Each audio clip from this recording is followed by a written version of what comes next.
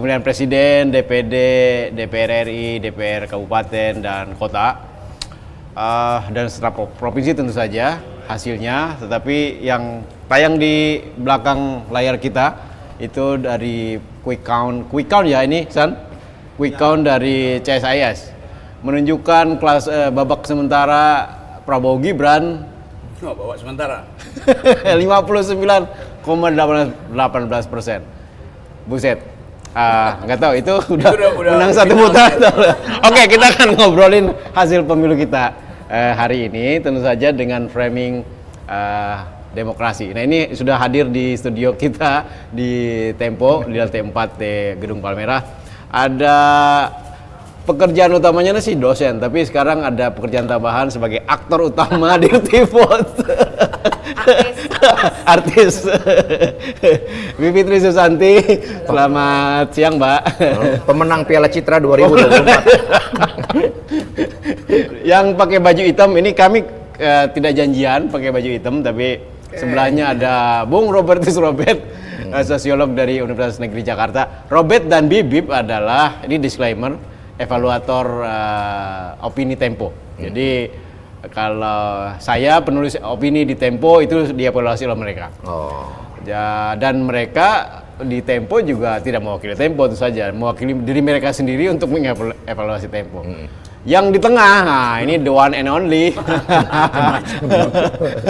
perusuh Indonesia namanya Rocky Gerung. Kita akan ngomongin tentang ini salam Tempo enak dibaca dan didakwa. Ini teman-teman gue naik gunung sebenarnya, ini yang Himalaya. Oh iya benar. Itu yang membuat kita bersatu. Oke, tadi itu CSIS hasilnya 59,18, yang lain-lainnya juga 60, 57, 58%. Artinya separuh suara itu sudah dikuasai oleh Prabowo Gibran. Ada yang bilang bahwa ya ini cukup satu putaran, tapi apa sih atau syarat apa yang seseorang kandidat presiden itu bisa menang satu putaran? Mbak Bibip bisa jelaskan? Di dalam konstitusi kita, Undang-Undang Dasar tuh pasal 6A bisa dilihat. Jadi satu putaran itu tidak hanya 50% plus 1, tapi juga sudah sebarannya. Nah, sebarannya itu harus lebih dari setengah jumlah provinsi. Artinya sekarang 20 ya, karena kita 38. 38 ya. Harus di 20 provinsi, dan di setiap provinsi yang 20 itu harus lebih dari 20%. Nah, jadi, itu perhitungan yang 20% belum ada ya? Belum ada, setahu saya sih yang quick count pun belum semuanya 100% gitu ya. Mungkin agak sore sedikit ada. Walaupun tentu saja kita udah bisa punya indikasi. Tapi sebaran itu biasanya belum terbaca memang, karena memang harus dilihat satu-satu per provinsi. Survei-survei yang kemarin kan juga banyak sekali yang sampelnya nggak ngambil sampel provinsi. Paling 1-2 lembaga tuh kayak poll tracking dia ngambil per provinsi, tapi banyak sekali yang sampelnya nasional. Jadi susah juga kita membacanya, harus benar-benar tunggu. Ya, tapi selain angka-angka yang gigantik ya, 60%, rasanya sih baru kali ini ya kita Pilpres ada satu kandidat dapatnya 60%, tuh gila banget. Tapi juga di media sosial kita ngelihat banyak sekali video yang menunjukkan kertas suaranya sudah dicoblos. Rasanya itu mengkonfirmasi apa yang disampaikan Mbak Bibip di Dirty Vote, di film dokumenter. Oh, dicoblos bukan Dirty Vote, Dirty Hand. Mencoblos. Ya, pertanyaannya kan itu sudah diprediksi berarti kan? Sudah sih. Jadi coba diulang lagi deh. Enggak, maksud saya gini, kan kita masih ngeliatnya di dua hal ya. Pertama yang TSM, terstruktur, sistematis dan masif, itu yang diceritakan di Dirty Vote. Tapi memang kalau yang soal coblos-coblosan ini kan ya kami nggak bisa bisa punya datanya ketika itu.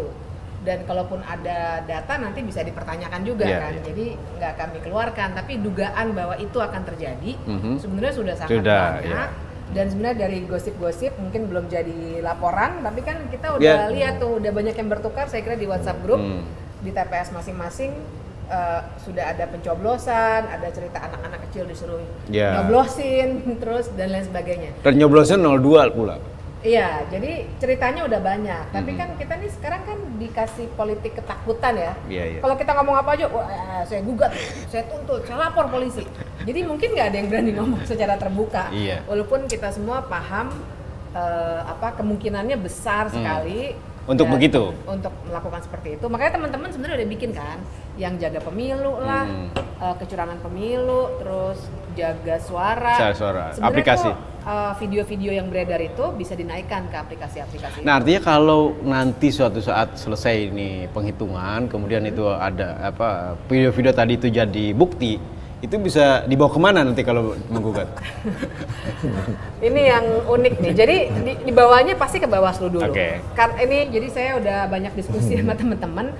Memang di ujung nanti ada Mahkamah Konstitusi kan untuk perselisihan hasil pemilihan umum. Tapi mereka akan fokus pada hasil. Biasanya mereka akan bilang, oh kalau TSM urusannya ke Bawaslu, harusnya kalian selesaikan di Bawaslu. Jadi sebenarnya saya udah diskusi dengan banyak orang, sebenarnya memang kita harus dorong supaya nanti Mahkamah Konstitusi paling tidak terlepas dari ini ya kepercayaan kita, tapi paling tidak 8 hakim, kan Pak Anwar Usman nggak boleh ikut nih kalau soal pemilu-pemiluan, jadi 8 hakim itu memutus supaya lihat TSM-nya, jangan cuma kalau istilahnya kan mahkamah kalkulator gitu, jangan cuma angka-angkanya tapi harus lihat TSM-nya. Dan sebenarnya kalau di pilkada sudah terbukti mereka bisa, makanya mudah-mudahan sekarang bisa. Kalau di Bawaslu soalnya tanda tanyanya terlalu besar. Iya, tapi memang kalau udah lihat dari angkanya, kalaupun dia digugat ya, lalu kemudian katakanlah terbuktinya hanya 7% itu direkayasa gitu, dia tetap masih punya 52%. Iya. Tetap menang satu putaran kan berarti? Ya, asal sebarannya. Asal sebaran 20. Ya. Oke. Bung Robert, ini apa sih? Sosiologis. Apa sih? Ini pemilu ini pemilu paling menegangkan yang saya rasakan ya. Dalam arti karena ada penguasa yang turut campur, jadi kita antusias ke TPS buat pendukung Prabowo Gibran itu ingin segera menunjukkan bahwa survei itu benar.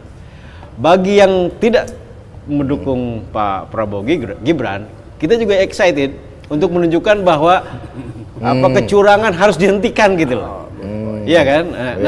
Ketegangan dalam pemilu di dalam demokrasi itu sesuatu yang baik atau buruk bagi negara demokratis yang sedang berkembang seperti Indonesia? Ini pertanyaannya soal ketegangan ya kan. Ketegangan itu selalu bagus. Asal kreatif. Asal kreatif dan dan intens dan tapi anti klimaksnya mesti bagus. Itu ketegangan itu di situ jadi produktif. Nah, soal pemilu ini memang kan ada sebagian orang, bahkan teman-teman kita sendiri yang mengatakan, jadi gini, kalau saya sebenarnya nggak terlalu tegang karena kalau dilihat di atas kertas dengan pendekatan yang sedikit realisme politik, ini pemilu kita sudah bisa perkirakan kemenangannya akan siapa. Dari sudut pandang realisme politik dengan melihat infrastruktur politik yang bermain untuk masing-masing kandidat ini siapa aja, apa aja gitu ya kan. Dengan melihat ekonomi dan industrialisasi dari pemilunya itu seperti apa, kalau bisnisnya itu seperti apa, kelompok bisnis mana yang ada di situ, udah kelihatan gitu loh. Jadi dari segi itu udah bisa diduga bahkan tanpa sebuah survei sekalipun. Kalau dari realisme politik gitu. Nah, kalau dari tapi kan kalau realisme begitu saja kita lihat secara biasa ya itu pemilu yang biasa kan. Tetapi kan ini yang ada yang tidak biasa. Nah, memang yang tidak biasanya kan begini. Kita mengharapkan kalau satu proses politik itu hanya basisnya adalah pada brute luck proses, ya kan, pada betul-betul naked power.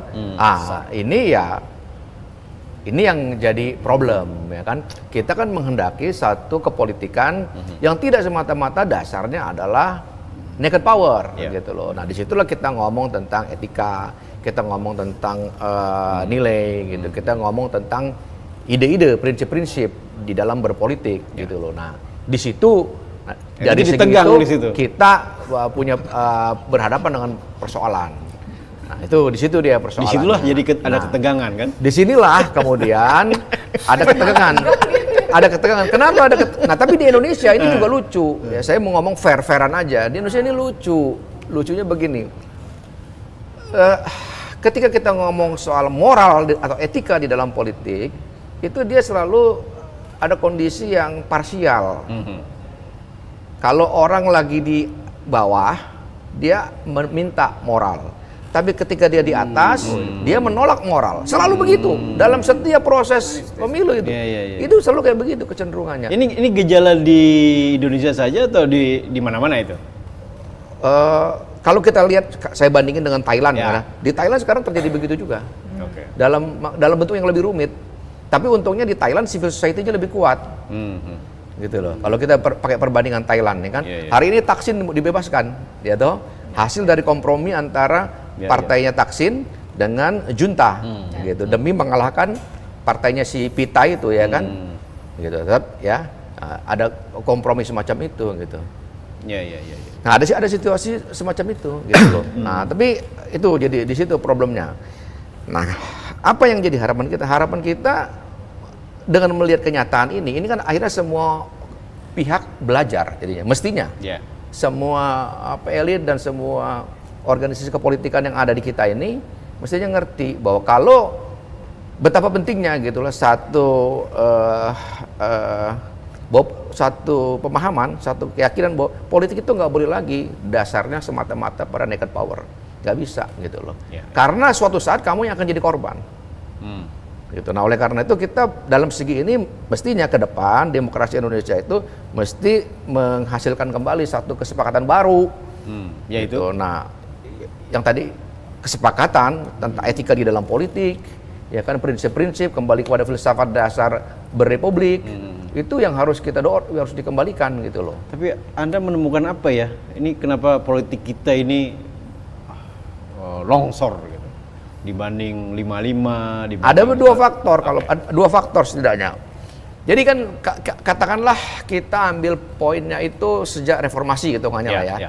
Ya kan, kenapa kalau dilihat sejarah, kalau dilihat dari secara historis macam gitu, memang ada ahli yang mengatakan memang modal untuk satu politik demokratik yang bagus, kosmopolit, substantif itu di Indonesia itu memang modalnya dikit pada waktu reformasi. Modalnya dikit, karena apa? Kita memasuki reformasi itu bersama-sama dengan rezim lama, ya kan, kelompok-kelompok dalam rezim lama, dan kita mesti bernegosiasi di situ. Nah, sehingga dengan demikian infrastruktur demokrasi yang kita punya setelah reformasi itu bukan belum siap, ya nggak terlalu kuat lah gitu. Pada saat yang sama juga, ya kan kesadaran rakyat akan politik itu kan juga belum tumbuh kuat-kuat amat, langsung dihantam, ya kan, dihantam dengan media sosial, dengan macam-macam gitu ya. Jadi ada problem semacam itu. Nah, yang kedua adalah kalau kita pakai penelitian lain, demokrasi Indonesia ini yang merusak siapa sih? Yang merusak kan elit. Elit kita yang merusak dan membuat demokrasi kita tuh semakin sempit, gitu. Dengan 3 mekanisme menurut saya.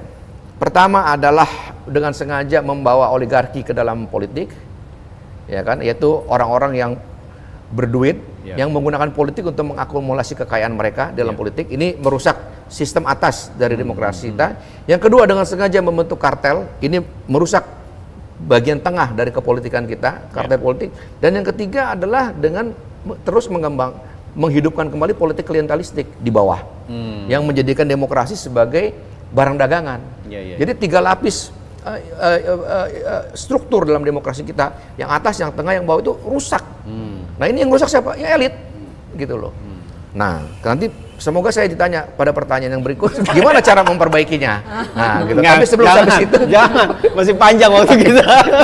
Ya nanti aja kalau gitu. Saya ingin ke Rocky, karena Rocky harus menjawab analisis dia dengan angka-angka ini. Ya kan? Ini menunjukkan apa? Angka-angka Anies dapat 24%, Prabowo 58%, kemudian Ganjar tertinggal jauh di bawah hanya 17%. Anda melihat apa? Coba kita tanya dulu, ini angka elektoral atau angka moral? Itu dalilnya di situ. Dan Robert tadi menarik mengatakan bahwa kalau orang lagi di bawah, politisi lagi di bawah, dia ngomong soal moral. Begitu dia di atas, dia jadi arogan, dia nggak perlu dengan moral.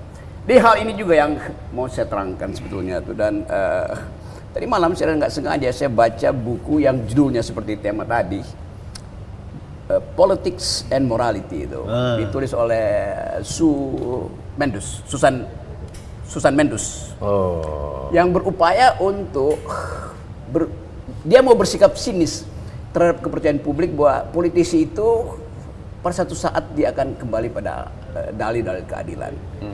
Tesis dari Susan Mendus ini kira-kira bunyinya begini. Apakah politisi itu didesain untuk menghasilkan integritas atau justru menghasilkan dirty hand? Dia pakai istilah itu loh di dalam buku itu, the dirty hand itu. Jadi kita balik lagi pada upaya untuk memahami.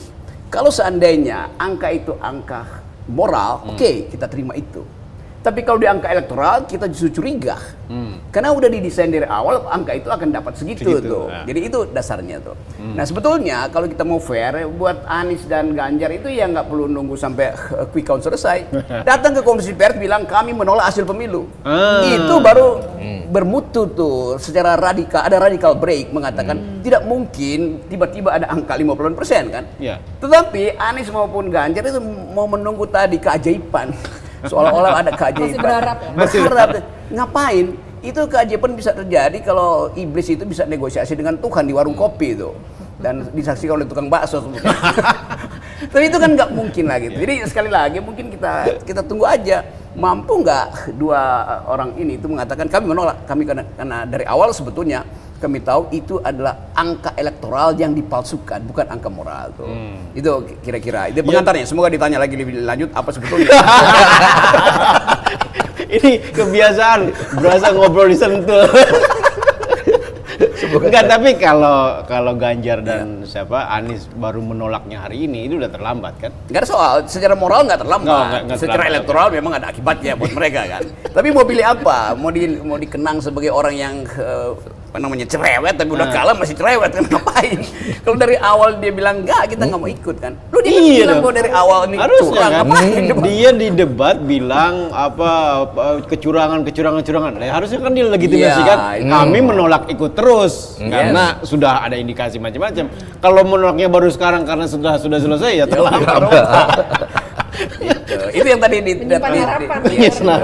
yang Robert tadi betul bahwa begitu dia kalah dia mau jadi orang moral. Bagaimana dari awal dong you tahu bahwa you akan kalah itu. Oke. Mantap. Oke, kalau katakanlah ini angka elektoral ya. Oke. Berprasangka baik dong. Mengapa angkanya 58 separuh pemilih kita memilih Prabowo Gibran yang diberitakan dengan gencar di mana-mana didukung oleh presiden. Presiden punya sumber daya, punya bansos, punya uang, punya tentara, punya polisi dan seterusnya yang bisa menggalang dukungan untuk anaknya ini. Ya ini kan sesuatu dalam demokrasi itu kan sudah tidak fair. Padahal demokrasi menuntut fairness. Masyarakat kita tidak melihat itu. Nggak mungkin dia lihat lagi karena kan kalau kita lihat demografi pemilih kita itu mayoritas itu mungkin 70-80% itu hanya sekolah sampai kelas 7, artinya tidak lulus SMP itu. Dan itu sebetulnya yang diperhatikan oleh Presiden Jokowi untuk disiram dengan BLT, untuk dibagikan beras sehingga beras itu cuma tiba di 02 tuh dengan akibat harga beras sekarang 17.000 tuh dari 12.000 tuh. Dan itu menunjukkan bahwa memang pada akhirnya Jokowi tahu bahwa dia akan memenangkan kalau dia memanipulasi demografi pemilih kita kan. Udah miskin dan pendidikan kurang, ya dia cuma berharap pada serangan fajar di pagi hari dan mereka menerima serangan fajar tuh. Tapi kalau kita mau jujur sebetulnya dari awal Jokowi nggak mau ambil risiko 2 periode atau dua putaran tuh. Itu berarti dia akan di-impeach 1 minggu setelah putaran kedua dimulai itu. Kira-kira begitu kan? Kalau misalnya ada putaran kedua itu artinya social unrest itu akan berlangsung, terutama karena soal ekonomi itu. Jadi kira-kira lengkaplah persiapan kejahatan itu. Dari awal ada authoritarian personality pada Pak Jokowi untuk mengatakan tidak mungkin saya izinkan Anies apalagi Ganjar untuk menantang saya di putaran kedua. Kira-kira itu tuh. Jadi kejahatan yang direncanakan karena basisnya adalah ambisi presiden sendiri untuk menyelamatkan keluarganya tuh, bukan untuk menyelamatkan keluarga Indonesia. Sebetulnya angka ini membuktikan omongan Rocky Gerung kapan ya? 6 bulan atau 8 bulan lalu. Di mana, di WA Group atau Di mana sampai lupa. Rocky Gerung pernah bilang bahwa Anies itu tidak boleh lebih dari 17%. Oh, kalau itu dia ngomong ya kan? di Itu satu kapan? forum. Di 7 bulan lalu atau kapan? Ya itu berapa ya, 2-3 bulan lalu. Itu saya ngomong dari mana itu? Dari luar, dari Melbourne itu. Nah. Dan saya bilang bahwa Anies nggak mungkin mencapai lebih dari 17% itu. Kenapa? Karena ada penghalangnya tuh. Tapi kemudian video itu dipotong oleh paslon yang lain mengatakan memang dia nggak mungkin menang. Padahal saya bilang supaya mau menang hilangkan dulu penghalangnya itu Jokowi itu. Jadi saya kira itu ya 24% itu bonus juga. Dan pasti akan turun nih. Karena ini cenderung naik itu pasti turun. Ya kalau Ganjar ya saya sedih sebetulnya karena Ganjar diajukan di dalam wilayah yang dia nggak mengerti itu permainan di situ. Tapi ya banyak teman juga yang bilang, gue tanya lu nusuk siapa? Ya karena gue kasihan sama Ganjar, gue tusuk Ganjar. Jadi ada juga moral Indonesia yang merasa kasihan pada orang yang dari awal nggak mampu untuk melampaui threshold dia sendiri. Kan threshold itu kan 20% kan, dia nggak bisa lampaui. Kasihan pada orang yang udah tahu dia akan kalah. Ya, nah itu kalimat yang bagus buat opini publik, opini Tempo. Enggak, tapi kalau 16% ini betul ya angka elektoral, artinya kan itu lebih rendah dari perolehan suara PDIP. Ya itu yang saya maksud tadi, kita kasihan pada orang yang bahkan melampaui threshold partainya nggak bisa, kan gitu tuh. Artinya dia dikerjain juga dong. Gitu. Nah itu. Dikerja di dalam juga. Di dalam itu. Buset. Jadi tapi memang politik kita saling kerja mengerjain itu hal yang biasa ya? Biasa, dan kan itu yang kita maksud, ethics diabaikan tuh. Padahal kita ingin ethics first di situ tuh, dan kemampuan kita untuk mengembalikan ethics itu memerlukan ya radical break, betul-betul mesti radikal itu. Kalau bisa sebetulnya dari awal ada persiapan masyarakat sipil untuk menolak putaran kedua, begitu aja kan? Oke, putaran pertama nggak bisa, Anies dan Ganjar juga takut buat ya masyarakat sipil bilang kami menolak putaran kedua, dan itu yang akan saya, Bivitri dan Robert dan Tempo bikin episode kedua dari Dirty Vote jadi Dirty Hand. Untuk menyongsong putaran kedua. Tidak ada putaran kedua. Judulnya tidak ada putaran kedua. Karena kami tidak pernah berputar-putar memang. Oke, ya itu jadi anomali ya. Anomali dalam arti udah banyak sekali disuguhkan Dirty Vote, majalah Tempo tiap minggu teriak-teriak tentang ini pemilu yang tidak fair dan seterusnya. Tapi yang terjadi adalah secara elektoral begitu. Tadi Bung Rocky sudah dari demografi ya 7%. Tapi masa sih pemilih kita sebodoh itu, Bung Robert? Ini soalnya kan bukan soal bodoh atau bukan sebodoh, mungkin sepasif itu aja. Sepasif. Ya bukan gitu. Setidak pedulian itu. Ya, jadi ya ini kita mesti periksa memang dengan teliti gitu ya. Tapi tadi saya udah kasih kisi-kisinya di awal ya kan, ketika kita masuk era demokrasi multipartai ini, itu kan yang kita punya adalah politik kewargaan yang baru saja dihajar sama Orde Baru sekian puluh tahun. Ya kan belum pulih ya kan, belum dapat pendidikan politik yang bagus ya kan, maksudnya era multipartai dan media sosial belum berapa lama kemudian, imagologi, politik imagologi ya kan, dan kesadaran politik orang itu dihantam ya kan oleh para surveyor, para politik balik tiba-tiba masuk ke wilayah itu, dari politik otoritarian masuk ke politik imagologi, lalu sekarang di era Jokowi masuk media sosial. Nah, jadi basis untuk menghasilkan satu politik kewargaan yang kuat ini memang belum kokoh. Itu di situ dia problemnya gitu loh. Kita sistemnya udah sophisticated, tetapi pelaksananya karbit. Nah, ada peneliti lain mengatakan faktor ekonomi ya kan, sehingga itu yang dengan gampang suara bisa dibeli. Ya kan, maka klientelisme bisa bertahan dari Orde Lama, Orde Baru hingga sekarang. Gitu loh, suara bisa ditukar dengan kaos, sembako, ya kan, uang cash, dangdut, ya kan. Nah, itu gitu. Kalau mau lihat secara lebih sosiologis, katakanlah kayak begitu. Nah, itu dia faktor-faktornya dari situ. Artinya pendidikan politik kita ngobrol di banyak forum dengan bahasa yang sophisticated. Itu juga jangan-jangan salah metode kita memberikan pengetahuan kepada publik? Ya, orang Indonesia itu pendidikan politiknya biasanya muncul dari event. Oke. Ya kan? Gerakan mahasiswa besar terdidik langsung rakyatnya. Gerakan civil society besar terdidik. Gitu. Kita mau mengharapkan siapa? Orang partai politik. Mereka mendidik dirinya sendiri dia susah. Nggak bisa. Jadi pendidikan politik itu hanya, dan reproduksi politik progresif itu secara empirik ini dari penelitian saya itu hanya terjadi dalam event. Dan itu sayangnya event-event itu masih kecil. Karena apa? Karena promotornya hanya civil society dan gerakan mahasiswa. Nah, kalau kita mau menghasilkan satu pemilih yang lebih cerdas di masa depan, event itu artinya peristiwa yang mendebarkan. iya, peristiwa yang mendebarkan, gerakan mahasiswa yang rutin tapi dengan penuh fidelitas seperti aksi Kamisan itu. Iya. Ya, itu rutin penuh fidelitas. Itu menghasilkan event. Itu menghasilkan orang yang terdidik secara politik. Gerakan mahasiswa gitu. Dia sekejap tetapi oleh karena ada sumber kita kekurangan event itu. Kita harus memperbanyak event-event. Itu kekurangan event, kebanyakan event organizer. Kita kekurangan political event. Sekalipun event itu nggak pernah bisa diciptakan secara sengaja ya kan, tetapi dia bisa dibangun gitu loh dengan satu keyakinan politik. Itu mestinya. Itu yang kita kurang. Dan supaya ada fidelitas itu ya memang harus dibangun karena selama ini juga kayaknya banyak orang yang termasuk masyarakat sipil, maksudnya NGO begitu ya, mikirnya udah langsung kita mesti masuk dunia Gen Z nih, yuk kita bikin TikTok. Nah akhirnya juga nggak terbangun sebagai sebuah gerakan. Nah itu dia, jangan-jangan kita ini kalau kita lihat Twitter, lihat media sosial itu kok semua orang kan galak-galak jempolnya. Iya. Tapi ketika ada event tadi itu kosong. Nah itu udah banyak yang meneliti sebenarnya, Bong. Itu kelas menengah Indonesia terutama itu galak dan cerewet di media sosial, tapi pemalas ketika memasuki political engagement yang konkret. Nah itu. Karena?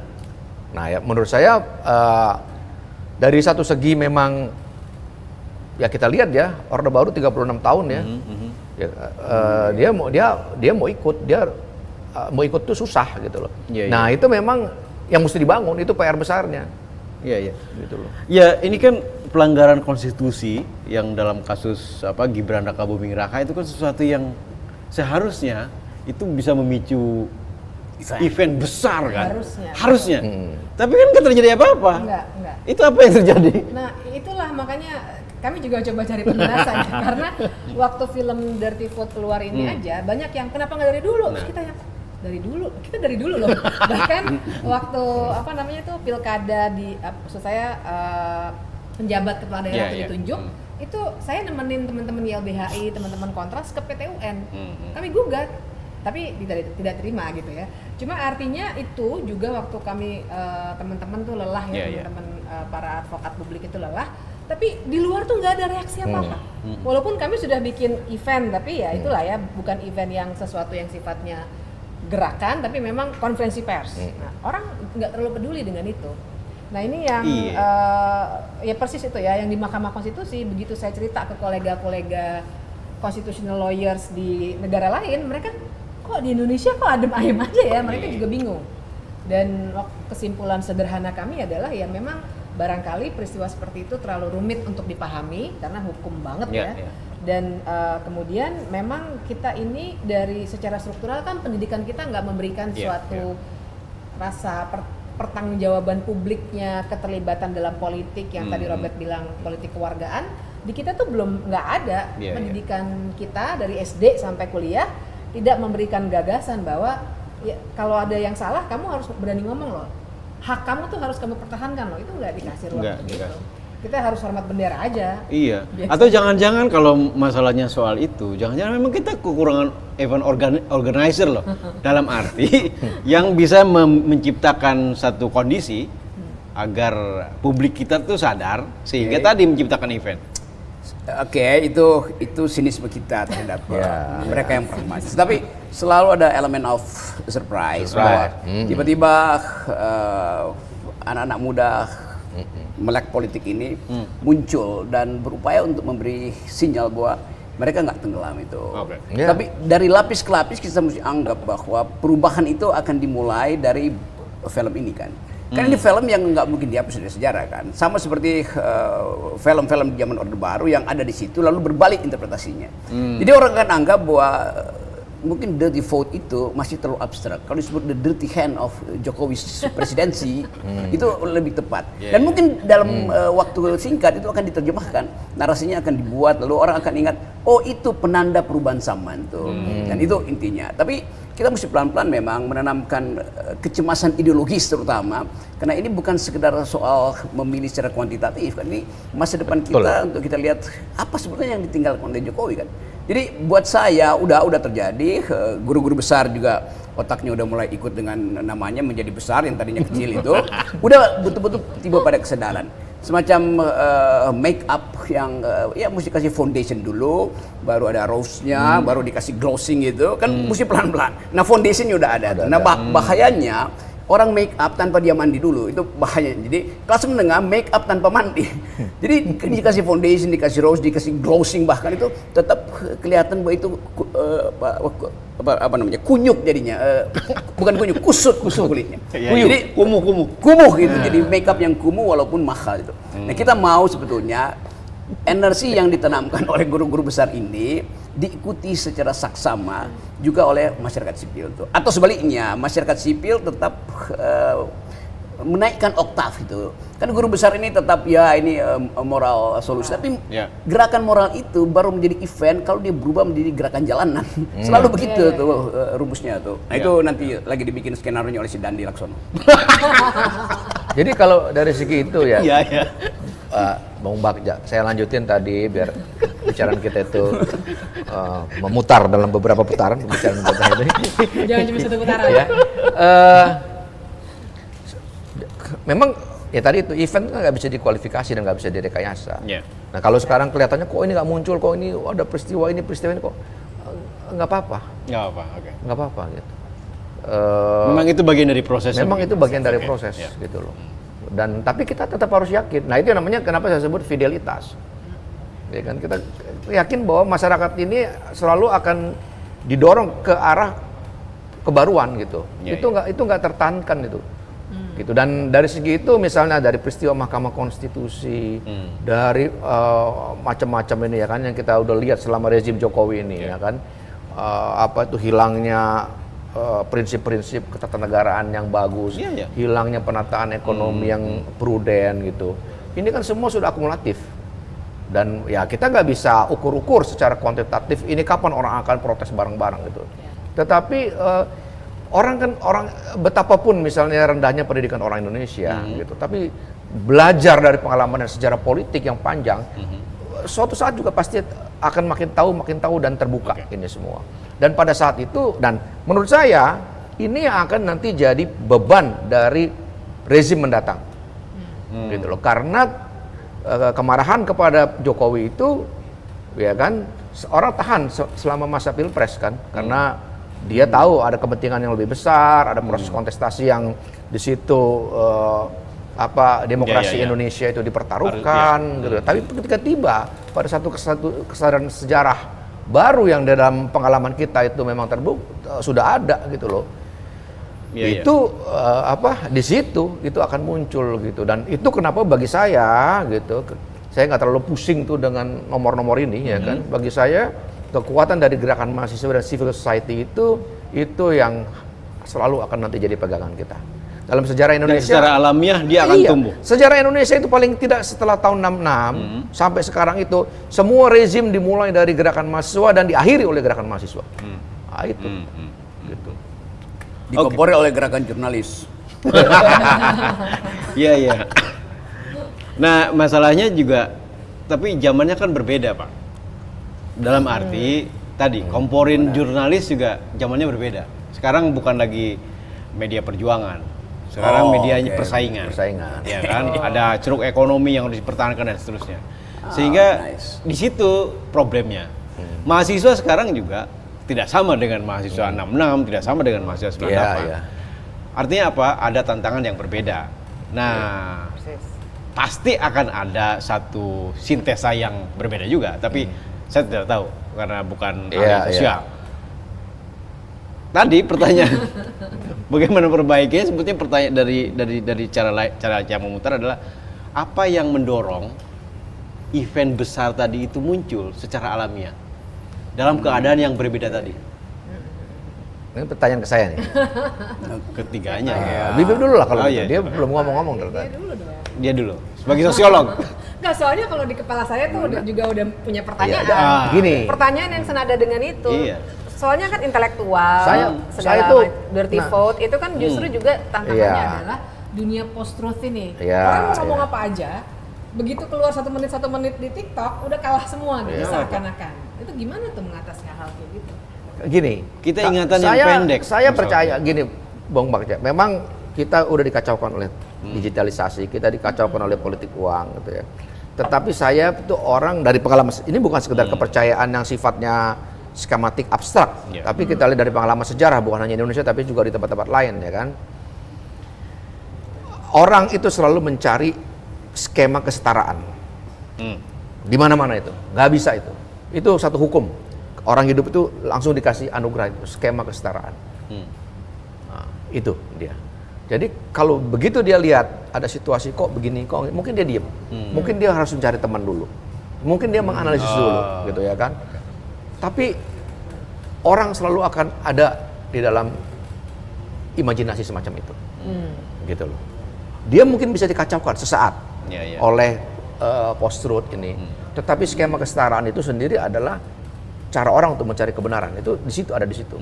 Nah, saya percaya itu bahwa Akan terkonsolidasi itu sendiri, ya? akan terkonsolidasi. Dan persis kan apa yang dilakukan oleh Jokowi itu kan dia membangun partisi-partisi yang sedemikian besar gitu untuk yang sangat bertolak belakang dengan skema kesetaraan yang sifatnya menurut saya asasi itu. Gitu, dengan dia memaksakan diri, dengan kan mulai dari awal mau memperpanjang 3 periode, mau apa. Nah itu sekalipun orang diam, mungkin orang nggak artikulasikan sekarang, tetapi dalam memori politik orang Indonesia itu mengendap, gitu. Oke. Ada memori, ada skema kesetaraan yang mau dilanggar. Orde Baru kan butuh 25 tahun, 30 tahun untuk mengakumulasikan taktik memanipulasi publik ya. Saya tinggal di kampung, bapak saya komisariat Golkar. Oh gitu. Jadi tiap pemilu saya tahu persis apa yang terjadi hari ini, coblos-coblosin itu saya menyaksikan sendiri. Tahun lama ya. Artinya apa? Tapi Soeharto melakukan itu butuh 32 tahun. Jokowi sekarang melakukannya tidak kurang dari 10 tahun. Dia bisa menunjukkan dengan telanjang kejahatan konstitusi, penegukan hukum dan seterusnya. Dan itu tanpa malu-malu. Tetapi kita itu diam-diam baik gitu. Ya kan? Tidak melawan secara, ada sih mahasiswa yang gerakan tapi tidak membesar. Dan kesannya tidak mendapat dukungan publik. Oke, kita coba kita lihat ya, ngendap 32 tahun.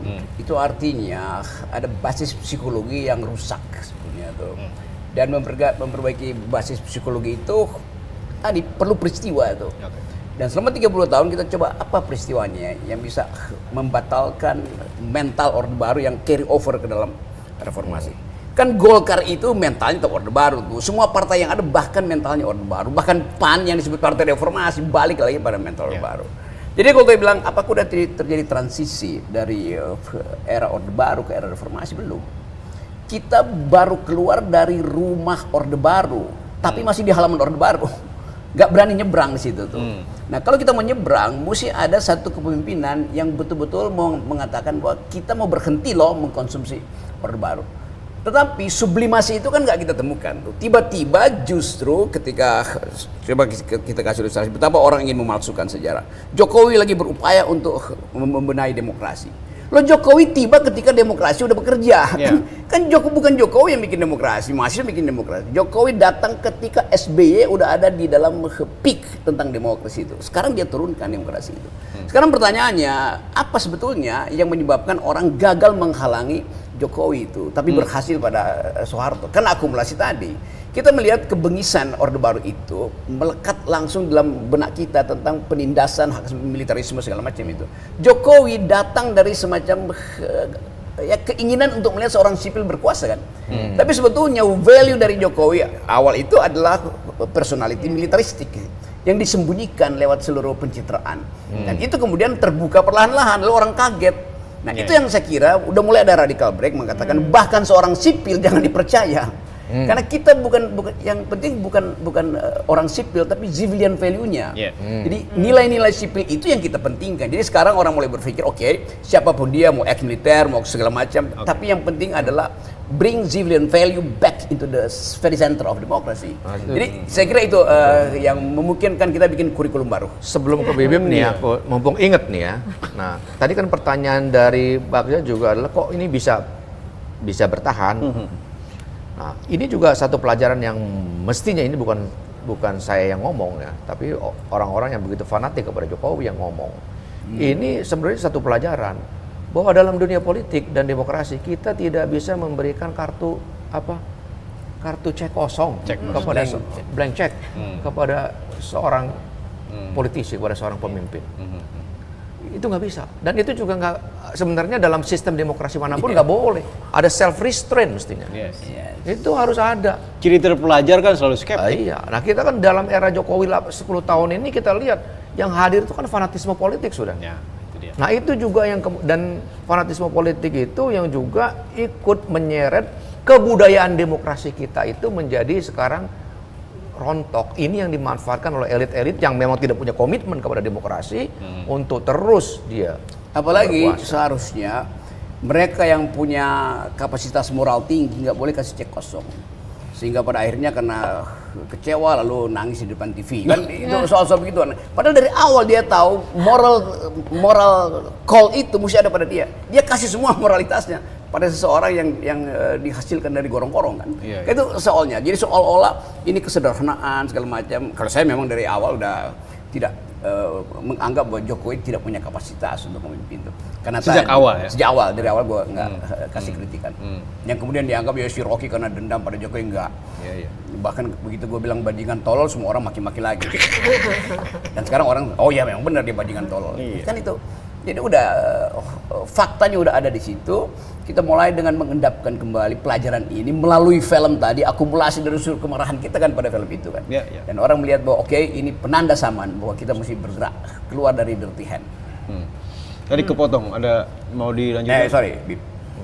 Udah lupa malah. Tadi udah bahasa nggak apa ya? soal apa ya namanya? tadi Kenapa bertahan itu panjang Bertahan, itu? Ya, sebenarnya permainan. itu lebih pertanyaan sebenarnya daripada pernyataan yang ya karena saya juga mengalami kebingungan dan sebagai orang yang belajarnya hanya hukum, nggak belajar sosiologi, nggak belajar filsafat, pendidikan apalagi.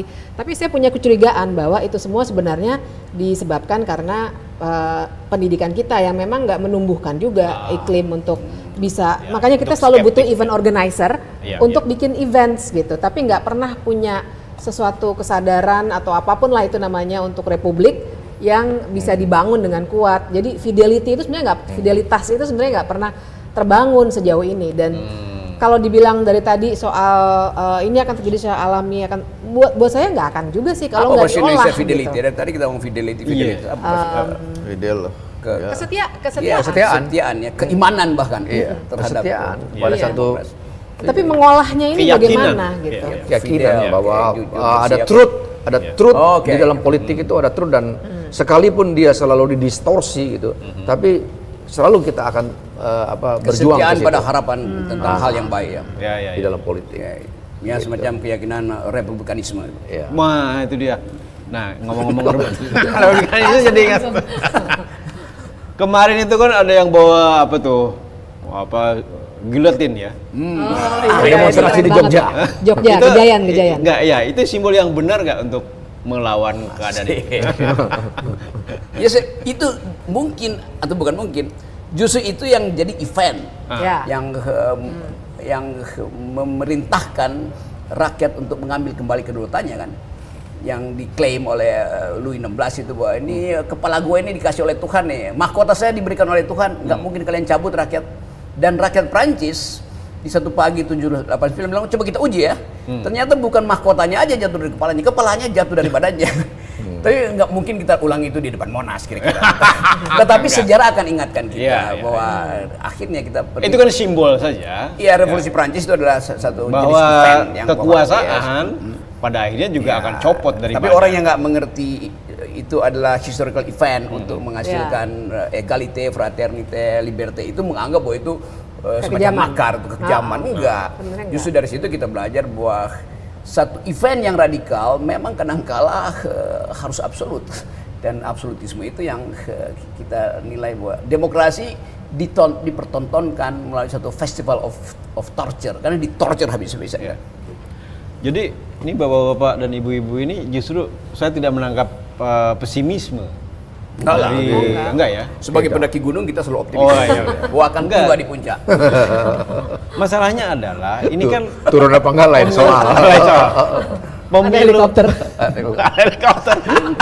Pemilu kita itu hasil dari sebuah kejahatan, Pak. Ya kan? Maksudnya pemilu kita menghasilkan seorang kandidat yang didorong oleh segala masalah lah.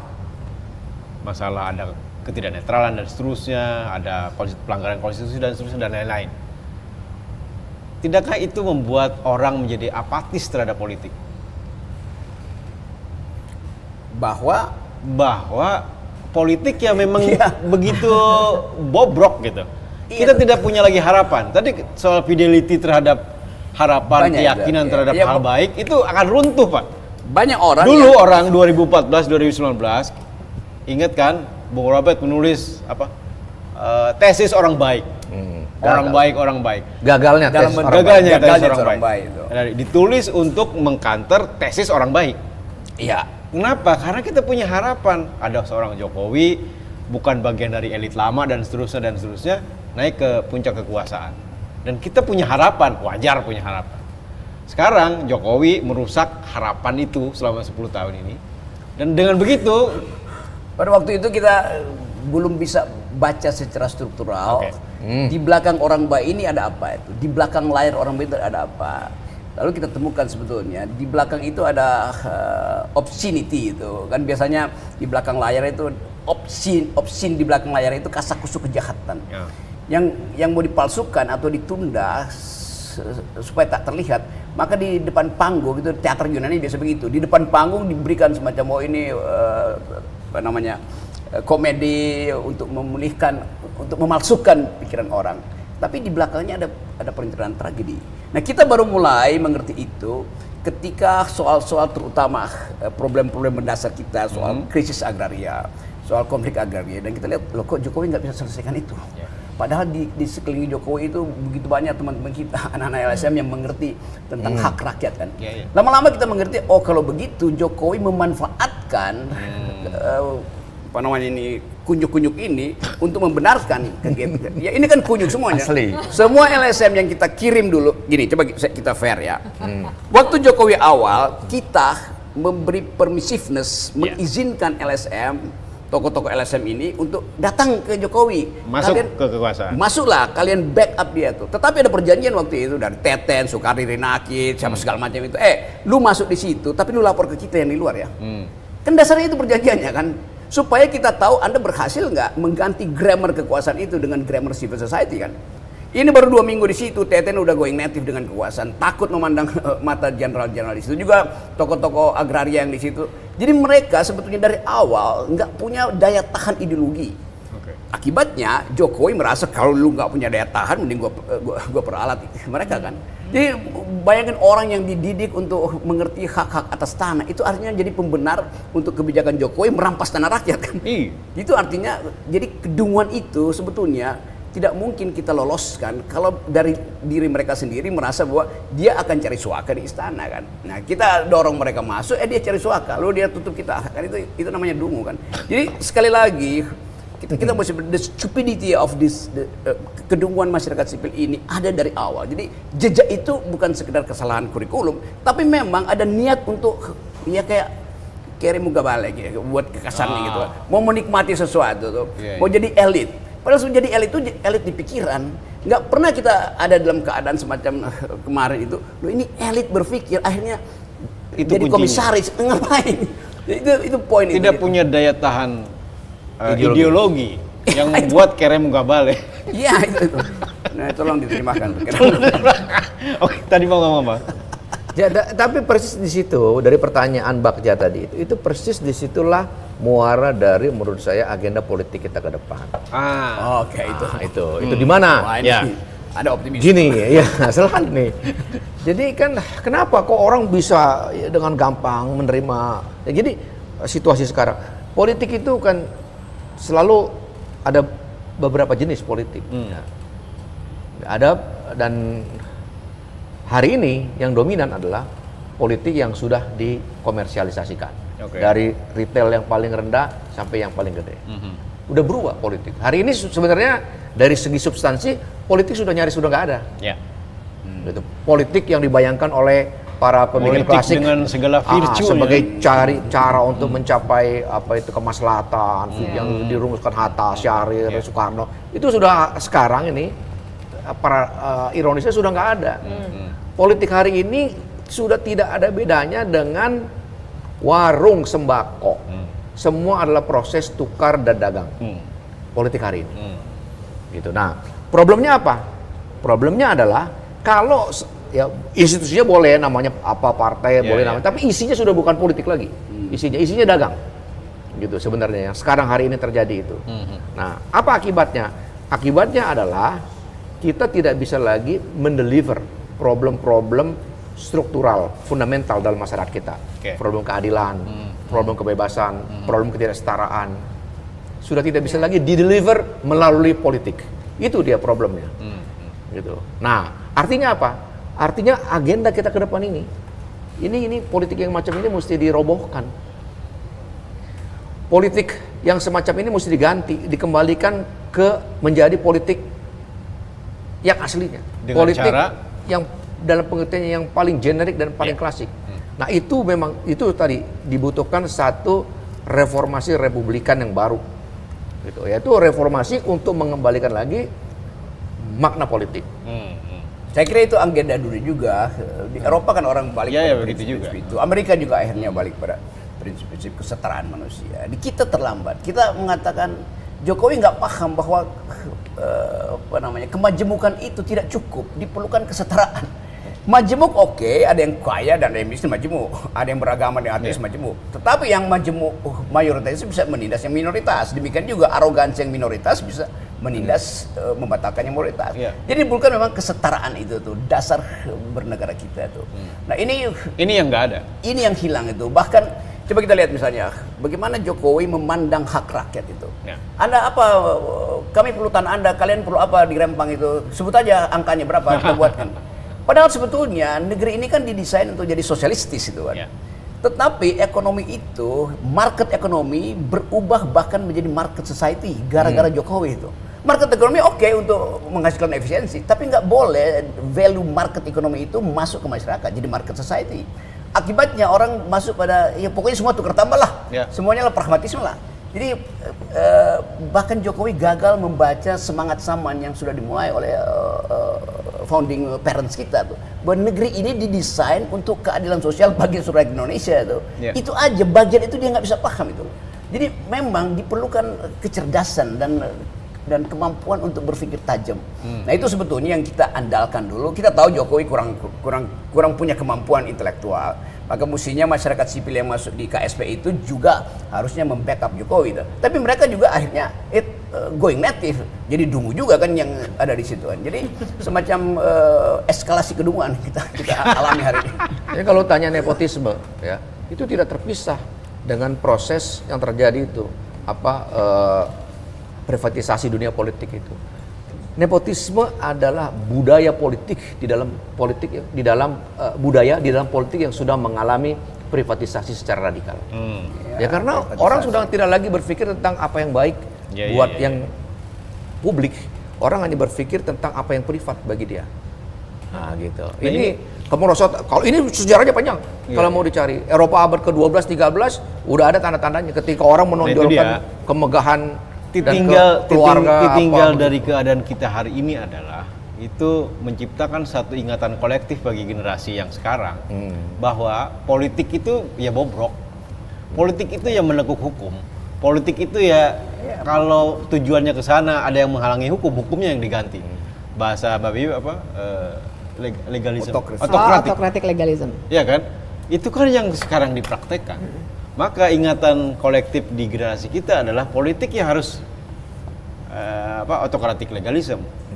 Semua kejahatan, semua apa yang negatif yang tidak boleh ada dalam politik seharusnya itu dipraktekkan hari ini. Nah, saya dibungkus dengan ide negara hukum gitu. Iya. Enggak, maksud saya punya maksudnya balik lagi ke sini dulu ya sebentar ya. Ini kan sebenarnya sesuatu yang sebenarnya kita semua sudah duga. Ya. Jadi kita nggak kaget sebenarnya. Nggak kaget, cuma tertarik aja lihat ininya aja ya, fluktuasinya aja lah nanti seperti apa. Nah, tapi yang jadinya nggak kaget walaupun sebel tapi nggak kaget gitu. Agak kurang sesuai harapan. Kemarin masih ada ya dikit-dikit berubah, ternyata emang sesuai dengan yang diprediksi juga. Jadi tapi yang mengkhawatirkan adalah nyambung Bagja tadi sebenarnya. Saya jadi ngajak diskusi aja, nggak punya solusi juga, belum punya. Dan ini yang memang mesti dibicarakan. Bukan tugas kita berempat untuk memberikan solusi gitu ya. Tapi pertanyaannya adalah dengan angka seperti ini, kita asumsikan saja sebarannya juga terpenuhi gitu ya. Kemudian yang menang adalah orang yang mendapatkan tiket untuk bertarung ini saja dengan membengkokkan hukum, jelek-jelekin etik, dan melakukan banyak hal lainnya. Gimana tuh jadinya nanti politik kita, apakah bisa terselamatkan? Kalau misalnya kita mau berbicara, kita harus melakukan reformasi republikanisme nih. Oke, setuju sih. Tapi apakah nanti ada ruangnya dengan di tengah pemerintahan yang bahkan lahir dari suasana yang kebalikannya gitu? Saya juga punya kegundahan itu, tapi belum ketemu. Kira-kira setidaknya 5 tahun ke depan lah, sampai pemilu berikutnya kan? Memang itu. Kan kalau kita mau berpikir maksimal, apa yang kurang di kita itu? Yaitu kelegaan untuk berpikir dan ketulusan untuk memberi kritikan. Dan semua itu hanya ada di dalam etos liberalisme sebetulnya. Bukan liberalisme kapitalis, tapi liberalisme manusia. Kita punya dalam kecemasan bahwa otoritarisme akan tumbuh. Tapi kita takut masuk dalam liberalisme kan. Jadi sebetulnya ada keraguan-keraguan bahwa makhluk politik itu harusnya jadi makhluk liberal. Liberal mindnya mesti ada di situ kan. Nah, feodalisme masih tahan kita, oportunisme tahan kita segala macam. Jadi satu kurikulum kita sebut kampus merdeka, tetapi dosennya dibelenggu, BEM-nya diancam kan. Jadi satu paket berpikir yang orang bilang ya nggak cocok liberalisme itu. Enggak. Dari awal justru ide liberal itu yang memungkinkan kita untuk merdeka tuh. Kalau itu nggak ada, nggak akan terjadi. Ide liberal yang memungkinkan kita keluar dari otorisme Orde Baru. Ide liberal yang harusnya membatalkan feodalisme dangkal dari Presiden Jokowi kan. Kalau feodal tapi ini feodalisme yang dangkal itu. Yang memanfaat kedunguan, kemiskinan rakyat untuk mengakumulasi dinasti dia kan. Jadi bikin aja semacam kurikulum baru bahwa liberal mind itu justru fasilitas bagus untuk membuat semua orang bisa mengucapkan kecemasannya, mengucapkan gelisahannya, apalagi mengucapkan protesnya di kampus, di pers, di semua lembaga sosial. Ada yang bilang juga bahwa memang kita harus hancur dulu, Pak. Hancur dulu, lebur, lalu timbul kesadaran liberalisme ini, lalu bangkit pelan-pelan. Memang begitu prosesnya atau? Saya kasih catatan kaki karena biasa orang salah protes lagi. Si Rocky promosiin liberalisme yang bukan yang kita maksud. Bukan kepentingan individu, tetapi kemerdekaan individu, kebebasan individu itu. Dan semua individu yang bebas selalu punya kesempatan untuk saling bertengkar dengan argumen, bukan dengan sentimen. Ya itu. Ya bagaimana kita bisa beradu argumen kalau kita tidak bebas kan? Ya itu. Di situ kan nantinya lekat. Itu juga basis buat menumbuhkan oposisi yang bermutu. Saya itu baru baca satu buku judulnya Morality. Di situ ngebahas satu novel Emil Durkheim. Novel.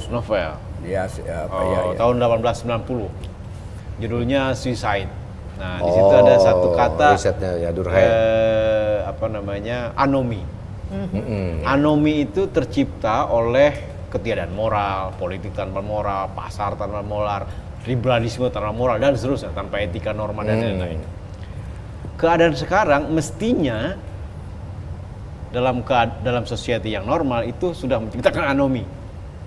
Karena ketiadaan pegangan norma dan moral tadi dalam segala hal, maka semua orang merasa tidak berguna. Jadi suicide atau bunuh diri massal menjadi jalan keluar. Tetapi Indonesia kelihatannya punya resiliensi terhadap berbagai pelanggaran, terhadap berbagai hal yang tidak secara common sense itu benar. Apa yang bisa kita lihat dari Indonesia di katakanlah Pak Prabowo nanti jadi presiden dan Gibran jadi wakil presiden, sementara mereka adalah produk dari berbagai pelanggaran hukum dalam demokrasi. Robert dulu. Dikaitkan dengan anomi tadi itu. Dengan anomi. Gimana itu ya? Jadi kalau di dalam Emil Durkheim ya, anomi itu kan satu gejala sosial yang muncul di dalam mental orang. Itu kan akibat dari satu situasi di mana nilai-nilai lama roboh, nilai baru belum terbentuk. Ya. Itu situasi anomi. Dan bunuh diri anomi itu biasanya terjadi karena orang frustasi karena dia tidak punya social bond apapun. Bunuh diri dia. Sosial kapitalnya juga nggak ada. Nah, kan? Jadi individu itu untuk dia survive, dia memang harus punya kebebasan. Kalau ini dalam teori Durkheim. Tapi pada saat yang sama, kalau dia melenting sendirian, itu juga dia frustasi. Dia tetap harus punya ikatan kepada yang kolektif itu. Kalau dalam teori Durkheim. Nah, anomi itu terjadi seperti itu, gitu loh. Ya kan? Nah, yang terjadi di Indonesia sekarang ini kalau menurut saya itu belum anomi. Belum anomi. Karena itu kenapa nggak ada yang terjadi kan sekarang kan lebih ke ekonomisasi politik. Sekarang ini. Ya kan semua diindustrialisasikan sekarang ini. Arahnya kan ke situ yang terjadi dan orang proses ini tentu suatu saat akan mengalami ujungnya bisa ke sana. Ujungnya akan mengalami pembusukan ini, proses semacam ini. Karena nggak mungkin satu masyarakat yang sehat itu ditata berbasis dari satu proses ekonomisasi yang brutal di seluruh bidang kehidupan, nggak bisa itu. Gitu. Karena pasti Karena pasti dia akan mengalahkan orang-orang yang nggak punya tempat, nggak punya akses, yang tercecer. Itu pasti akan terjadi kayak begitu. Belum lagi di Indonesia sendiri kan masalah-masalah strukturalnya banyak. Gitu loh, yang kita lihat yang juga sebenarnya terpendam gitu. Jadi itu yang sekarang sedang terjadi, Bung Bagja.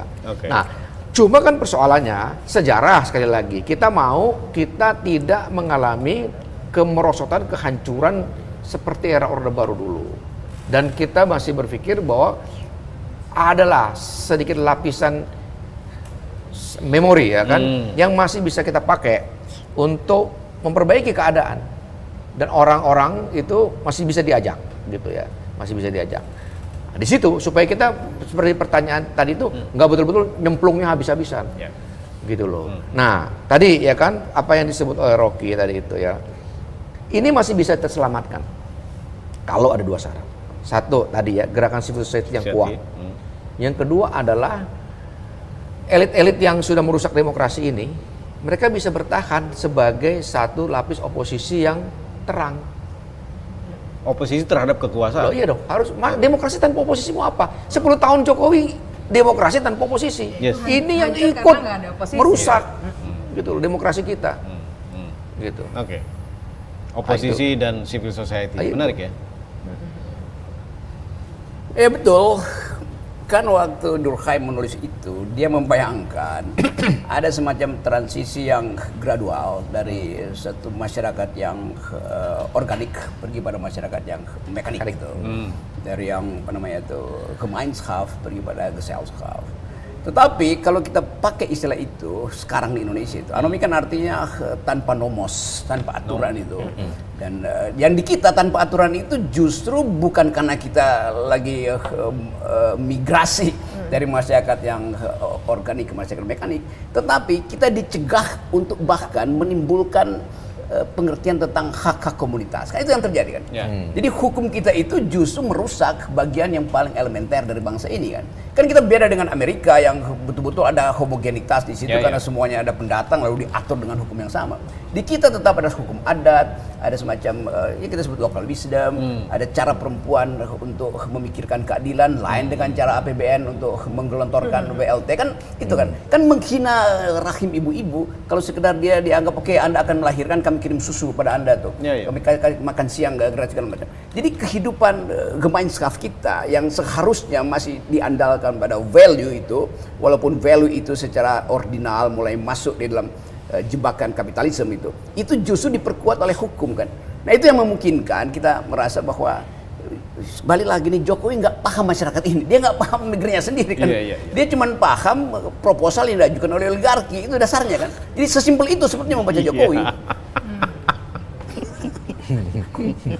Setelah 10 tahun kita bisa membaca dengan simpel. Iya kan, kita lagi bicara di sini. Saya tahu di TV lain lagi ada pembicaraan, tapi semua tentang elektabilitas. Kita nggak bicara statistik. Kita bicara pengendapan problem bangsa untuk upload sebagai politik harapan itu. Iya betul.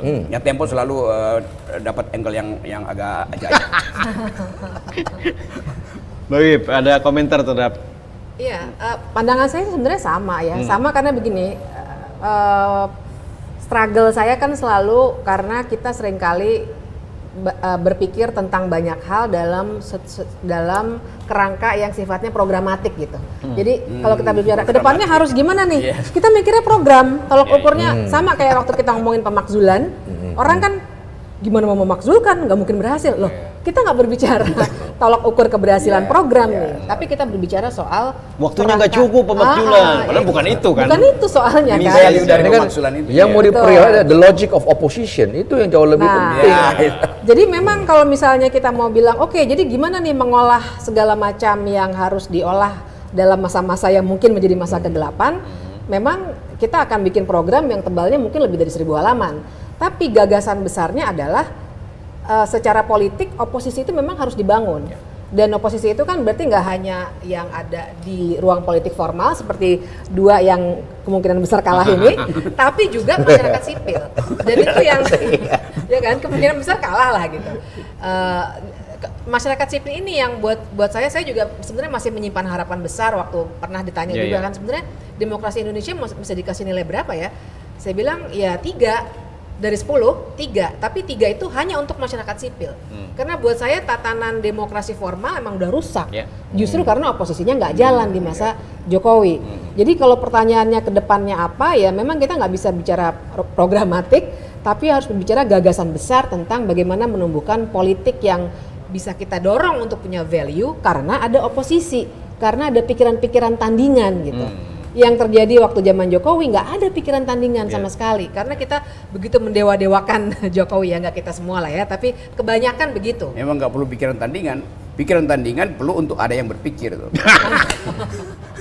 Nah jadi barangkali itu tuh yang penting idenya itu dulu, gimana menumbuhkan oposisi itu baik dari ruang politik formal maupun di masyarakat sipil. Iya. Ya memang dengan Jokowi membangun koalisi besar ya di situ mula-mula kekeliruannya kan.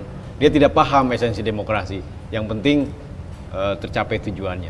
Tapi mungkin kalau dalam tataran praktisnya, Jokowi itu kan orang tidak punya partai sekarang. Dulu. Oh dia nggak punya ya? Ya nggak punya. Nggak punya dalam arti letterless Pak. Iya. Nggak seperti Megawati, nggak seperti Surya Paloh kan, nggak seperti Prabowo. Dia orang punya partai sehingga dia tidak punya kekuatan.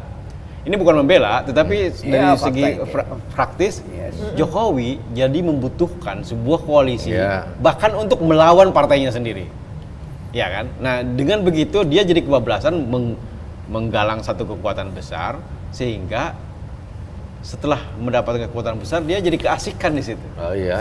Ya kan? Iya dong. Nah, itu bisa dimengerti. Betul. Tetapi harusnya kita punya mekanisme untuk menghentikan itu. Nah, mekanismenya salah satunya adalah melalui partai politik dong. Partai politik harusnya ada yang tidak mau untuk diajak menjadi koalisi besar. Masalahnya, partai juga tidak punya leader. Iya kan? Itu kan problemnya di situ. Nah, tadi masyarakat sipil, civil society Dan satu lagi apa tadi? Oposisi. Oposisi kan jadi apa namanya, saling terkait. Iya. Civil society bisa mendorong oposisi. Oposisi juga bisa bekerja sama dengan civil society untuk menjaga. Masalahnya ini kan tidak gabung. Apa yang terjadi selama 10 tahun ini antara civil society dan oposisi yang tidak menyatu ini? Ada analisis terhadap itu nggak? Yuk. Memangnya kita punya oposisi? Nah itu dia, karena tadinya dimatikan sejak awal kan. Ya makanya, jadi mesti dikembalikan dulu ke situ bahwa kalau misalnya dibicarakan kenapa nih civil society sama oposisi nggak bisa menyatu, karena persoalannya adalah sebenarnya nggak pernah ada partai politik yang sesungguhnya. Menurut saya ya, maksud saya ini juga refleksi saya sebagai orang hukum, karena ngerjain pembaruan hukum yang sifatnya institusional terus, tapi karena di bagian politik, partai politiknya nggak pernah ada partai politik yang juga punya values untuk mendorong perubahan-perubahan untuk justice yang sesungguhnya, akhirnya semua perubahan yang terjadi hanya di tingkat institusional. Jadi refleksi saya justru memang nggak pernah ada, karena tadi kita sudah sebut beberapa kali soal partai politik yang juga yang terjadi adalah kartel politik sebenarnya. Benar-benar transaksional semua, nggak ada yang punya fungsi partai politik dalam arti ada kaderisasi, ada pendidikan politik, ada tujuan-tujuan besar tentang negara ini dan seterusnya, itu nggak ada sebenarnya. Semuanya adalah hanya kendaraan, fasilitas untuk meraih kekuasaan. Udah di situ saja. Jadi ketika mereka kemudian harus berinteraksi dengan civil society, yang terjadi juga bukan sesuatu yang punya nilai dan output yang sifatnya bisa memperbaiki republik ini. Benar-benar ya transaksional saja. Ini juga refleksi dari, kalau misalnya saya kan ngajar advokasi kebijakan nih, dan salah satu bagian saya harus ngajarin lobbying. Tapi ketika melakukan lobbying di sini, dengan lobbying kalau kita terbayang di Amerika Serikat, di Uni Eropa kan juga ada lobbyisnya sendiri gitu ya. Ya di sini nggak ada, karena semuanya purely transaksi aja. Karena partai politik juga nggak menjalankan apa yang kita bayangkan sebagai partai politik. Lobbying itu artinya bertukar gagasan kan? Harusnya kan begitu, ada pertukaran gagasan, berdebat. Kan ini enggak, yang ditanya oke, kamu bawa amplop berapa gitu. Jadi ya di titik itu kamu harus setuju undang-undang ini, nanti kami setuju di undang-undang itu. Bahkan civil society seringkali dipaksa dalam tanda kutip untuk berada dalam situasi itu. Oke, saya dorong ini, tapi nanti kamu bantuin saya dorong di sini ya. Dan itu kerap terjadi di dunia politik Indonesia. Makanya saya agak skeptis kalau dibilang bahwa partai politik kita itu gimana ya memperbaikinya. Entar nanti dulu deh, kita bongkar dulu. Karena menurut saya partai politik di kita sampai sejauh ini sebenarnya nggak ada yang sama sekali bisa kita sebut sebagai partai politik gitu. Rocky, ada tanggapan? Iya kan, oposisi artinya berselisih secara ideologis kan, kan mesti begitu kan. Coba kita lihat misalnya selama 5 kali perdebatan di situ, Prabowo tunjukkan programnya dibantah oleh Anies dengan mempersoalkan jumlah anggaran. Bukan ideologinya yang dipersoalkan. Ganjar nebeng pada Anies tuh nggak begitu dong, nanti kehilangan. Jadi nggak ada perdebatan ideologis, apalagi perdebatan paradigmatik kan. Kalau misalnya diajukan ya itu soal pertumbuhan, oh iya dia bertumbuh di dalam sistem solidaritas manusia atau sistem eksploitasi, kan itu yang mesti jadi bahan perdebatan kan. Jadi sekali lagi beroposisi itu bukan sekedar mengkritik program atau bukan tidak boleh tentang mengkritik program, tapi ideologi apa itu, paradigma untuk menghasilkan kesejahteraan demi apa itu.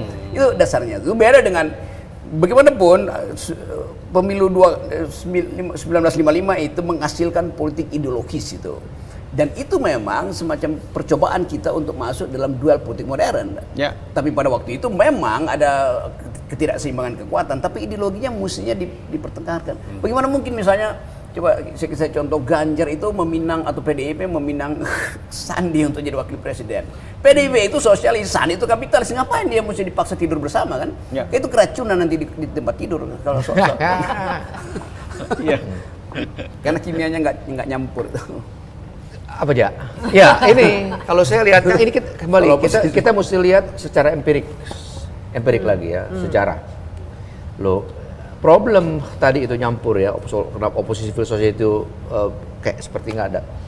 Pangkalnya kita lihat lagi sejarah Jokowi. Di masa Jokowi awal, civil society itu sebagian besar dipanen oleh rezim. Dipanen ya? Dipanen. Dalam satu bulan madu politik yang lumayan bagi sebagian yang cepat-cepat tarik diri sadar keluar. Tapi sebagian dia di dalam sampai sekarang masih bulan madu. Ada yang sampai sekarang masih bulan madu. Tapi ada sebagian yang, nah itu yang pada satu periode itu memperlemah civil society sebenarnya. Di situ dia soalnya nggak bisa dibedakan lagi. Sebenarnya dia sudah bukan civil society di situ. Ya dia sudah bagian organik dari rezim politik itu. Gitu, ya kan. Nah, di sini sekali lagi menurut saya di sini pelajaran yang mesti kita bangun. Kalau kita mau bangun lagi politik demokratik yang lebih bermutu di depan, nggak boleh terulang kayak begini lagi. Gitu loh. Kita gagal membangun pikiran oposisi. Ya, jadi dan ini kan semua di dalam tiga apa kita kalau ngomong pencapresan ini kan kita nggak lihat sekedar orang-orangnya, tapi juga infrastruktur politik di belakangnya. Kan tiga-tiganya bertanggung jawab atas kerusakan yang terjadi dalam demokrasi kita sekarang. Gitu. Karena mereka juga adalah mesin yang ikut memanen ex-aktivis itu, gitu loh. Nah, ke depan ini menurut saya begini, saya yakin bahwa civil society Indonesia itu dia masih bisa bangun dengan gagah. Gitu. Gerakan mahasiswa Indonesia itu juga masih selalu bisa berdiri dengan tegak. Gitu. Nah, ini harus jadi pelajaran sejarah buat demokrasi Indonesia gitu loh. Bahwa orang boleh dalam demokrasi kita memang tak terhindarkan untuk engage ya, untuk berencountering, tetapi memelihara satu otonomi gitu ya, memelihara satu otonomi politik sebagai civil society itu juga satu ini yang penting, satu sikap yang penting gitu. Itu yang mesti ke depan bisa dibangun. Ya walhasil nanti kalau Prabowo jadi presiden beneran ya. Sorry. Ya paling tidak membiarkan lah, walaupun ini juga jadi kekhawatiran banyak orang ya, membiarkan hal yang paling krusial dimiliki oleh bangsa ini yaitu tentang kebebasan. Kebebasan berbicara, kebebasan ngobrol begini yang membuat tadi ada pendidikan politik kita menjadi berjalan. Rocky akan makin sering untuk ceramah berkeliling Indonesia, mencerdaskan banyak orang, menyadarkan terutama ya, menyadarkan banyak orang. Robert juga punya podcast yang penting tentang republikanisme gitu. Mbak Bibip tentang negara hukum, pentingnya negara hukum dan bagaimana memahami hukum. Karena bagaimana bisa dan tempo penting untuk mengakumulasi pikiran kita. Itu dia. Kalau itu sudah jadi kewajiban. Dan tempo harus mulai meminggirkan catatan, jangan mengumpulkan catatan pinggir. Mengumpulkan catatan. Sekarang sudah jadi marginalia. Oh ya, marginalia. Sekarang udah jadi marginalia. Masih marginal, tapi marginalia. Tapi lia. Nah, karena kebebasan tadi seperti yang disebut Rocky, ya itu modal awal kita untuk bisa jadi oposisi, dan oposisi adalah hal yang penting agar kita tidak terjerumus pada hal yang menyengsarakan ya. Ini semua hal menyengsarakan loh. Iya kan? Tadi ada jadi ya setidaknya saya tegang mengikuti pemilu ini karena khawatir dengan khawatirnya terutama pada ini. Mengapa kita itu menerima atau acceptability kita terhadap pelanggaran berbagai norma dan hukum itu permisif gitu. Itu kan yang membahayakan kita. Iya kan? Hasil ini menunjukkan itu. Tetapi oke lah. Semoga menjadi satu lagi tambahin hasilnya positif. Ini buat partai-partai menengah kecil ya kan. Kalau mau berubah nih keadaan, mereka harus memperjuangkan dihapuskannya threshold 20%. Jangan sekedar minta tolong civil society. Mereka yang harus di depan sekarang karena MK kan berkali-kali dicoba gagal. Mereka yang punya standing. Gitu loh. Karena ini yang betul-betul merugikan mereka. Betul. Itu yang harus dilakukan. Salah satu dalam bentuk yang ini salah perjuangan institusional di luar tadi oposisi dan apa tadi itu agenda utama anggota parlemen baru nanti adalah menghapus 20% threshold ya. Baru seharusnya. Dengan itu mungkin ada kelonggaran dan perdebatan politik jadi lebih berkualitas gitu loh. Dan tadi kartelisme, Iya. kemudian kapitalisme, kemudian oligarki dan itu seterusnya bisa dihapus tuh dengan 20%. ya, walaupun nggak bisa dibersihin habis gitu, tapi kita kelihatan lah arahnya ini perubahan dalam demokrasi. Iya. Itu harus diperjuangkan, nggak bisa diandaikan begitu saja. Iya. Nggak bisa diandaikan dan jangan nyuruh masyarakat sipil terus. Nggak, soalnya saya kan masih banyak berkegiatan di civil society ya. Jadi kadang-kadang kita tuh gila, kita capek ya kan. Misalnya dirty vote nih, kita yang dikejar-kejar ya kan, literally dikejar-kejar dan seterusnya. Nanti tuh yang dua lainnya nih yang lagi kalah, itu cuma, Bib, kamu baik-baik aja kan? Mau dibantu apa? Jadi ibaratnya tuh kita yang ada pepatahnya tuh, si Ferry suka bilang tuh, ibaratnya kita yang harus kena getah, tapi mereka yang makan nangka gitu. Jadi apa tuh? Mungkin di sini kalau orang Padang tahu deh pepatah itu. Ibaratnya tuh kita yang suruh, wah kita harus gugat presidensial threshold 31 kali dan kami yang dorong kemana-mana. Tapi apa mereka ngomong di DPR? Enggak tuh. Gitu loh. Jadi kayaknya juga mesti benar-benar dibilang. Robert tuh memberikan poin yang penting banget. Yang dua ini kalah, udah jangan terus jadi cari jabatan menteri kan biasanya habis itu gini kan, cari jabatan komisaris, tapi terusin dong apa yang mereka udah gaungkan selama kampanye ini. Jangan masyarakat sipil terus yang kamu dong bergerak, kamu dong suara keras di luar, demonstrasi sana, tapi mereka cuci tangan aja. Iya, artinya Pak Ganjar, Pak Mahfud, Pak Caimin dan Mas Anies itu ya jangan berhenti karena Anda tidak jadi presiden ya. Gagasan yang Anda mau perjuangkan juga bisa dilakukan dengan tidak menjadi presiden kan. Gagasan untuk mengontrol 58,31% ini. Prabowo Gibran maksudnya. Ya bagaimanapun suka tidak suka ya kalau memang perhitungannya begitu kan demokrasi kita harus terima. Kita punya presiden namanya Pak Prabowo Subianto gitu. Dan wakilnya Gibran Raka Buming Raka, apa boleh buat, tetapi kan harus dikontrol. Nah kontrolnya dua, itu tadi kan. Ya. Rocky akan makin sering berceramah. Iya, pasti saya akan minta kalau Anda kalah berdua nih si Anies sama si Ganjar itu bikin perkara, cari gara-gara. Bisa begitu. Gitu. Iya, memang harus begitu. Itulah indahnya demokrasi. Yep. Ya. Itulah indahnya republik. Ya.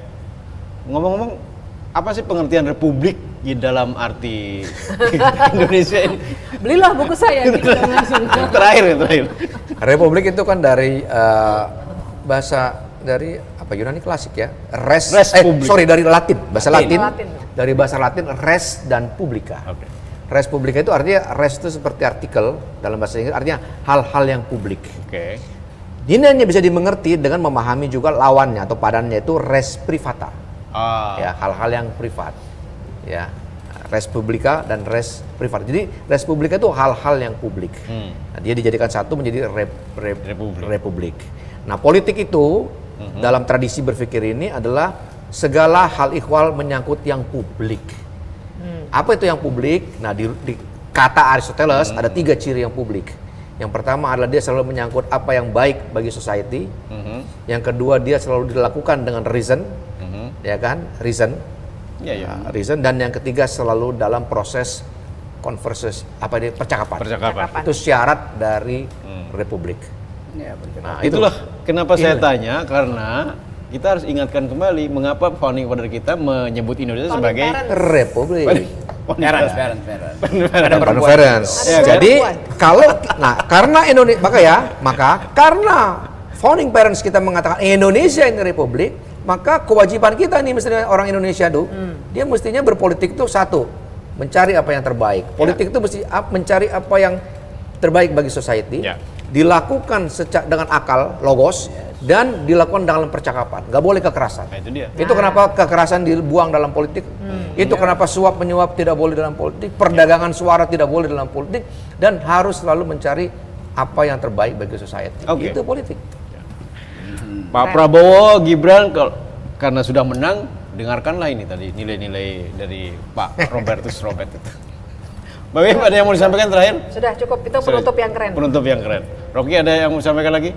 Ya, republik itu setara dengan demokrasi sebetulnya. Ya. Karena demokrasi itu bukan pemerintahan oleh, untuk, dan demi rakyat. Ya.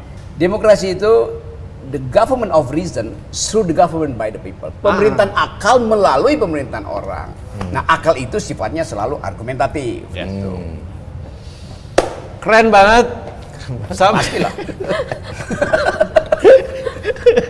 Obrolan berdaging kata anak sekarang. Kita nggak terasa udah 2,5 jam ya. Oh kesini 2,5 jam kita ngobrol-ngobrol tentang. Memang tidak berfokus pada satu hal karena kita ngomongin tentang judulnya aja omon-omon demokrasi. Omon-omon demokrasi ya kita ngomongin tentang tadi elektabilitas. Ya elektabilitas itu ada finalnya. Nanti malam mungkin sudah 100% dan kita bisa tahu siapa presiden sampai 2029, mungkin Pak Prabowo karena dua yang lain perolehannya yang kecil dan wakilnya Gibran, tapi kita ingin lebih dari itu, ngomongin tentang masa depan demokrasi kita karena itu yang lebih penting. Dan kalaupun sekali lagi Pak Prabowo jadi presiden, apa yang menjadi percakapan kita, itulah nilai-nilai Anda menjadi presiden yang harus Anda jaga, yaitu nilai-nilai tentang republik dan demokrasi. Sampai ketemu di lain kesempatan. Oke.